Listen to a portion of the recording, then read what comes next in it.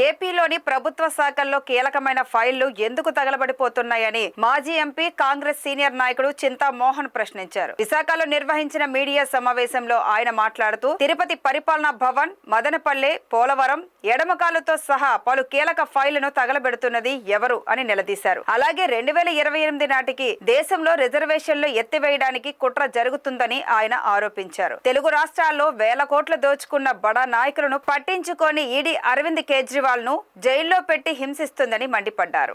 ఆంధ్రప్రదేశ్ అంటే ఏపీ అంటారు అందరూ. ఏ అంటే అమరావతి, పి అంటే పోలవరం. ఇందులో వైజాగ్కే లేదు. ఇక్కడ పోలవరాన్ని గురించి క్రితంలో వచ్చినప్పుడు ప్రెస్ క్లబ్లో నేను అడిగాను, పోలవరం ప్రాజెక్టుకు ఎంత ఖర్చు పెట్టారు ఇప్పటిదాకా? రాజశేఖర్ రెడ్డి 5.5 సంవత్సరాలు దాదాపుగా ఉన్నాడు. ఆయన ఎంత ఖర్చు పెట్టాడు పోలవరం ప్రాజెక్టు పైన? 3.5 సంవత్సరాలు కిరణ్ కుమార్ రెడ్డి ముఖ్యమంత్రిగా ఉన్నాడు. ఆయన ఎంత ఖర్చు పెట్టాడు పోలవరం పైన? చంద్రబాబు నాయుడు నువ్వు ముఖ్యమంత్రిగా ఉన్నప్పుడు 5 సంవత్సరాల్లో నువ్వెంత ఖర్చు పెట్టావు పోలవరం పైన? మరి జగన్మోహన్ రెడ్డి 5 సంవత్సరాల్లో నువ్వెంత ఖర్చు పెట్టావు?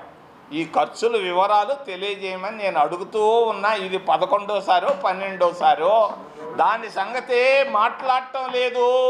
చంద్రబాబు నాయుడు నోరే తెరవటం లేదు. పోలవరం పైన ఇప్పటిదాకా 30,000 కోట్లు పైనే ఖర్చు పెట్టారు. ఇంకా 30,000 కోట్లు కావాలంటున్నారు. మరి ఖర్చుల వివరాలు తెలియజేయాలని నేను డిమాండ్ చేస్తున్నాను.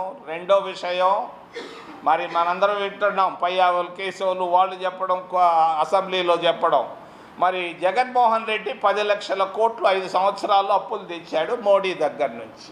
ఈ 10 లక్షల కోట్ల రూపాయలు ఏ జిల్లాకు ఎంత ఖర్చు పెట్టాడు? వివరాలు కూడా చెప్పాలని నేను చంద్రబాబు నాయుడిని డిమాండ్ చేస్తున్నా.